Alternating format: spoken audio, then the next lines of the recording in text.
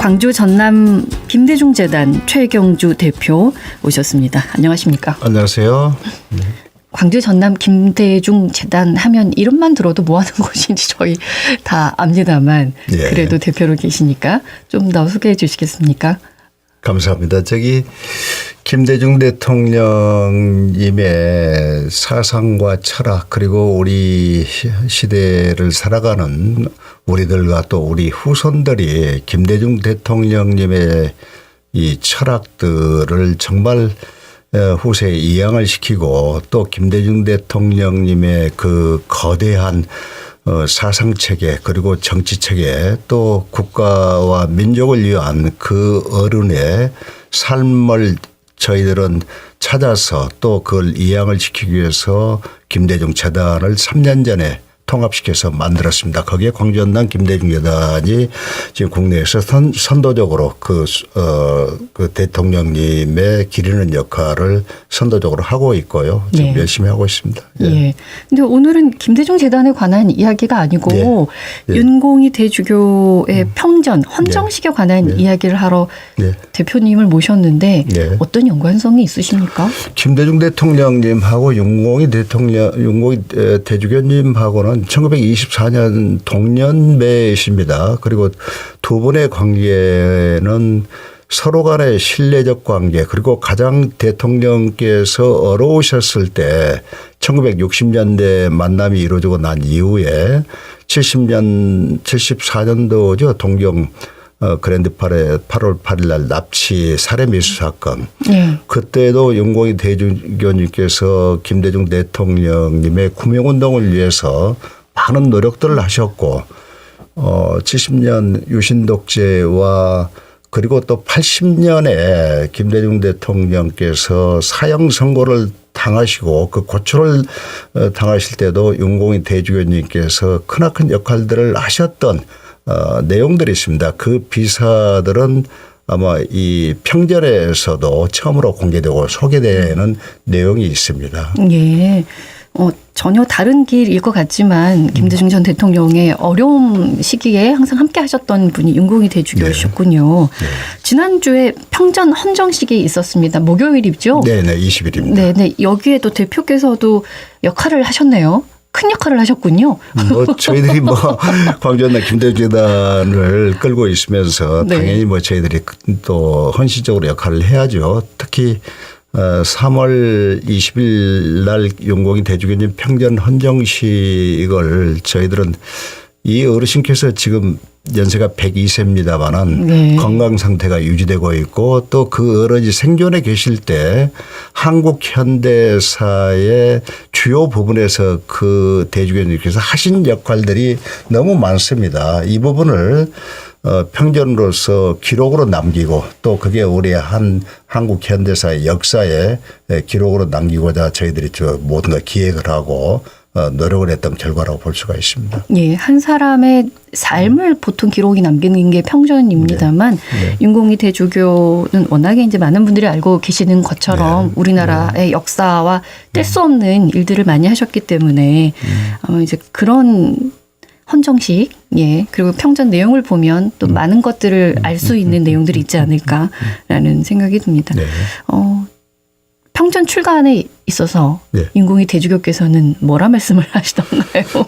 대주교님께서는 저희들이 정말 뵐 때마다 성인이시다는 생각을 항상 갖습니다. 그날도 내가 이렇게 대우를 받아야 될 게 좀 부끄럽기만 하다. 어렵고 힘들고 한 사람들을 위해서 과연 내가 사랑으로서 그분들을 대했느냐. 나는 그건 좀 아니라고 본다. 그래서 이런 과분한 대접을 받는 것이 정말 내가 참 좀 부담스럽다는 그런 말씀을 남기셔요. 옥현진 대주교님께서 하신 말씀이 저는 그 한 줄입니다마는 한없이 낮고 한없이 드높은 분 윤공희 대주교님을 표현하는 거거든요. 네네. 최경주 대표께서 종교가 혹시 있으십니까? 죄송합니다만 저는 종교가 없습니다. 그러니까 종교를 뛰어넘어서 그냥 사람으로서 존경받아 마땅한 분. 일단 종교가 다르다면 이런 생각을 하게 되는데 일단은 어떤 삶을 살아오셨을까요? 윤공희 대주교께서는. 윤공희 대주교께서 1924년 11월 8일 평안남도 진남포에서 태어나셨죠. 그리고 독실한 캐톨릭 집안에서 태어나셨고 네. 초학교 때부터 독일인 신부님들이 운영하는 학교를 다니시고 또 덕원 신학교라고 당시 우리 조선에서는 가장 큰 신학입니다. 신학교인데 거기에서 이제 수학을 하셨습니다. 근데 1945년 해방 이후에 1948년 이제 북한 정권이 들어서고 난 이후에 종교에 대한 어떤 탄압들 거기에 윤공희 대주교님과 지학순 주교님이 두 분이 친구분이십니다만은 두 분이 신부님들의 청에 의해서 월남을 하시게 됩니다. 그 월남 시점이 50년 1월 13일인가기예요. 네. 남한에서 이제 명동성당에서 3월 20일 날 사제 서품을 받으신 겁니다. 네. 그 후로 대주교님의 역할이라는 것은 참 이루 말할 수 없죠. 이 자리에서 다 뭐 말씀드린다는 것은 너무 불가능한 일이다. 그렇더라도 중요한 몇 가지만 설계해 주시면 듣는 네. 분들에게 좀 도움이 될 것 같습니다. 1950년 3월 20일 날 사제가 되신 이후에 로마에 56년에 유학을 하십니다. 그레고리 대학이라는 로마 캐톨릭에서 가장 유명한 대학인데 그 대학에서 신학 석사와 석박사를 불과 한 4년 만에 받습니다. 아마 그때의 윤공희 대주교님을 기록을 넘는 사람이 없다고 그래요. 네. 그만큼 아주 굉장히 천재적인 어떤 이런 걸 가지고 있는 분인데 예. 그 후로 1960년대에 박정희 정권의 삼성개헌에 즈음해서 윤공희 대주교님께서 여러 불이익을 받는 캐톨릭 쪽에서 일이 있었던 거죠. 그게 1963년도에 수원 교구장을 하시면서 서울 대교구의 서리를 또 맡으셔서 일을 하셨습니다마는 그때 삼성개헌과 관련된 대주교님의 한국 카톨릭의 그 분의 존재가 대단히 그 정치적인 어떤 이유로 인해서 밀려나는 그건 이제 아직도 아주 미스터리입니다만은 저희들이 대주교님을 접근하면서 그 문제도 어느 시점에서 드러내야 될 부분이라고 봅니다. 또한 70년대 아주 강압 정권이었던 박정희 대통령의 유신 정권 그리고 더더군다나 80년 정말로 우리가 지울 수 없는 5.18에 대주교님의 역할이라는 것은 참 저희들이 너무 잘 알고 있는 내용입니다만은 그 대주교님이 계셨기 때문에 광주 5.18의 진상규명과 전국화와 또 광주 5.18이 국제화되는 과정이 저는 있었다고 봅니다. 그러니까 평생 민주주의, 인권, 평화를 실천하셨던 분이시죠. 네. 그리고 광주에서 있었던 이제 1980년 광주 5.18 민주화 운동 당시에 네. 시민들 보호하셨고 또 진실을 알리는 데 앞장서셨던 분이시기 때문에 지금 이 시점에 이런 평전이 나오고 헌정식을 하셨다는 건 어떤 특별한 의미가 있을 듯 싶습니다. 대주교님 역사는 우리 천주교의 변천의 역사의 한 중심에 계셨고요. 천주교가 순수 종교운동에 한때는 머무르다가 아주 정치적 어떤 이 강압정권, 독재정권 또 군사정권 여기에서 분연히 일어섰던 천주교의 그야말로 중심에 섰던 분이 윤공희 대주교님이시죠. 그리고 지학순 주교님 그리고 김수환 주기영님 이 세 분이 한국 천주교의 사회 정의와 어떤 정치적 정의를 위해서 천주교가 사회 현실에 적극적으로 참여하게 된 배경과 동기가 윤공희 대주교님이 계셨기 때문에 저는 가능했다고 보고요. 네. 또 80년 5.18 당시에 우리가 참 정말 가슴 아픈 일입니다마는 그때 내란모 사건으로 연루돼서 사형 선고가 확정이 된 분이 81년 3월 30일 날입니다. 그때 세 분이 정동영 그때 당시 내란모 수괴로 몰렸던 정동영 그다음에 박노정 또 배용주 씨들이 세 분이 이제 사형 확정이 됐어요. 그런데 바로 사형을 집행을 할 수 있는 충분한 어떤 전두환의 그 분위기와 여건들 그것을 해결하신 분이 윤공희 대주교님이신데 4월 1일 그 다음 날 대주교님께서 오전에 전두환을 만나십니다. 네. 만나서 사면하시라. 더 이상 희생이 있으면 안 된다. 그리고 나서 전두환 씨가 대주교님을 뵙고 난 이틀 뒤에 세 분을 사형해서 무기를 20년으로 감형했던 예. 정말 아슬아슬했던 일들이 있습니다. 그 대주교님께서 어떻게 보면 생명을 구해내신 거죠. 그러니까 말씀 들어보면 우리의 정치와 사회와 네. 따로 떨어져 계신 게 아니고 예. 삶 속에 그분이 가지고 있는 생각들을 다 이렇게 접목하고 계셨거든요. 보면은. 그러니까 지금 이 시점에 지난주에 이제 헌정식이 있었기 때문에 아마 특별한 계기가 있었을 것 같습니다. 우리 사회에 지금 던지는 메시지도 있을 듯싶고요. 전해주시겠습니까? 대주교님께서 물론 천주교에서 큰 역할이란 것은 뭐 이미 제가 더 말씀을 드리지 않아도 그런 내용 국민들과 광주 시민, 시도민 다 알고 있는 내용인데요. 예.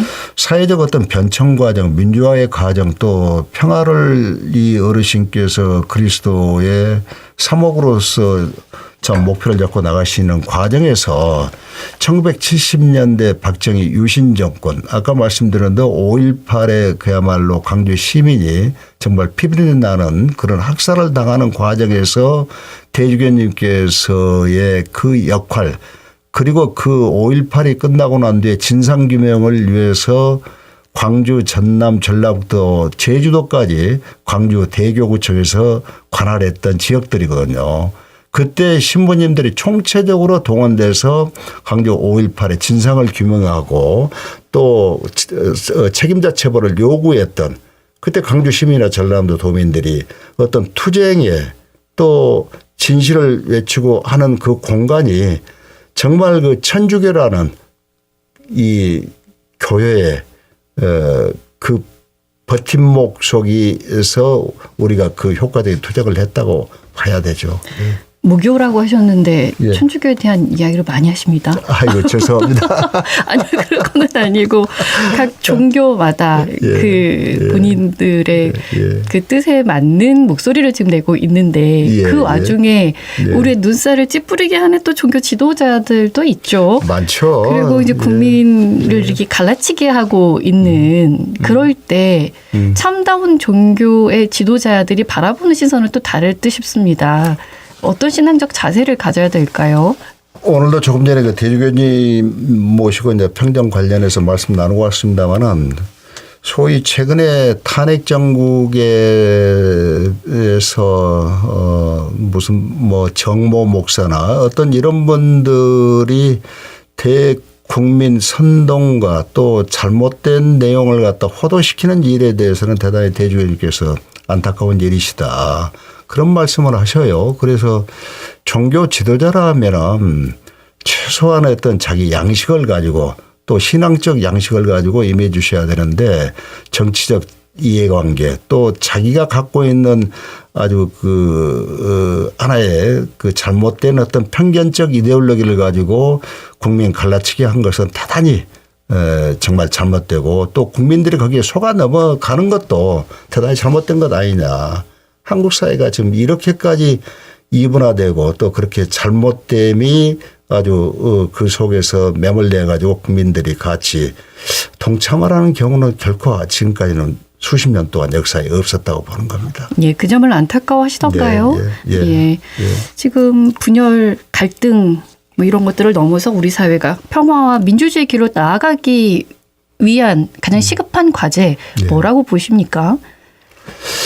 첫째는 지금 우리 사회를 지도하고 있는 정치 세력이나 각 종교인들 그리고 뭐 여러 가지 식자층이나 이런 분들의 객관적인 생각들, 사고를 가져야 한다. 뭐가 옳고 뭐가 그릇된지 그리고 우리가 살아가는 과정에서 그 옳고 그름을 판단할 수 있는 기준의 잣대는 그리 어렵지 않다고 보는 거죠.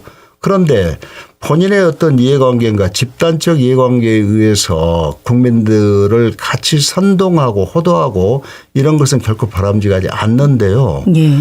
어떤 형태로든 정의의 바탕을 두면서 국민적 어떤 통합, 우리가 굉장히 어려운 시대에 살고 있습니다. 경제적으로도 국제적으로도 남북 문제도 그러고 여기에 크나큰 문제를 놓고 우리가 그 중심을 가지고 국민적인 어떤 이 올바름의 어떤 사회를 만들어 나가는 게 우리가 당면한 문제라고 보는 겁니다. 네, 네, 알겠습니다.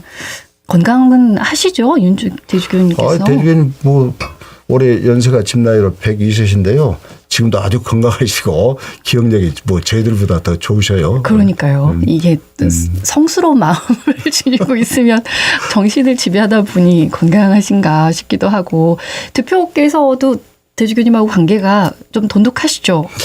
뭐 저야 뭐 70년, 80년대부터 저희들이 민주화 운동하면서 참 대주교님이 계셨기 때문에 저희들이 정말 아주 존경하고 대주교님의 그 뜻에 어긋나지 않도록 저희들이 이제 활동들을 하고 그랬습니다만은 저는 이제 최근에 김대중재단을 광주연남을 제가 책임하고 있으면서 대주교님께서 정말 아주 무한 성원들을 해 주셔요. 또 김대중 대통령님하고 특별한 어떤 관계들 그리고 저희들 격려를 해 주시고 그러니까 제가 어려울 때마다 대주교님께 찾아뵙고 말씀을 여쭈고 또 대주교님께서 말씀 주신 것을 저희들이 그렇게 성실히 반영해서 김대중 대통령님 뭐 숙모 사업들을 하고 있는 중입니다. 그렇군요. 예. 평전이라고 하는 책은 물론 다른 책을 내는 것도 힘듭니다만 평전은 그분의 삶에 대한 것들을 예. 꼼꼼하게 다 알아야 되지 않습니까? 예, 내용이 예. 비틀어지면 또 안 되는 내용이기 예, 예. 때문에. 근데 예. 최 대표께서 기획 단계에서부터 제가 써나가는 내용을 전부 다 확인을 하셨습니까? 거의 대부분 제가 그 주요한 핵심한 부분은 제가 이제 그 팩트는 확인을 하고요. 제가 예. 이 평전을 대주교님이 이 기억력이 좋으실 때 해야겠다는 이유는 평전은 주로 돌아가신 이후에 주변에 가까운 분들이 이제 미담 중심적으로 많이 쓰잖아요. 그러다 보면 현실이 이제 왜곡되는 경우가 있는데 네. 대주교님의 이 책은 대주교 윤공입니다. 그 이 책은 한국 현대사와 천주교사에 있어서 아직까지 드러나지 않는 내용들이 우리의 역사가 거기에 다 지금 현재 배에 있는 거죠. 네. 지금까지 밝혀지지 않는 내용들이. 예. 예. 그게 이제 다른 평전과 좀 내용이 좀 다르다고 봐야 되죠. 그런 내용은 전혀 공개를 안 하시는군요. 이제 평전으로서 이제 공개가 되는 거죠. 이 방송에서 조금이라도 언급을 해주시면 좋을 텐데, 예. 대주교님께서는 일체 당신이 선행을 하시고 큰 일을 하신 거에 대해서 말씀을 안 하셔요. 말씀 안 하셔. 그래서 그 대주교님께서 건강하실 때 대주교님의 그 크나큰 일들을 하셨던 것을 평전에 예. 수록을 하는 게 우리 한국 현대사의 한 역사일 수가 있다. 그래서 그런 일념으로 이제 대주교님을 평전도 반대를 하셨어요. 그걸 한 2년 동안 대주교님을 설득을 해서 대주교님 수락을 받고 예. 평전을 만들어낸 겁니다. 굉장히 많은 정성을 쏟으셨는데 네. 책이 나오고 이제 헌정식 하고 어떠셨습니까?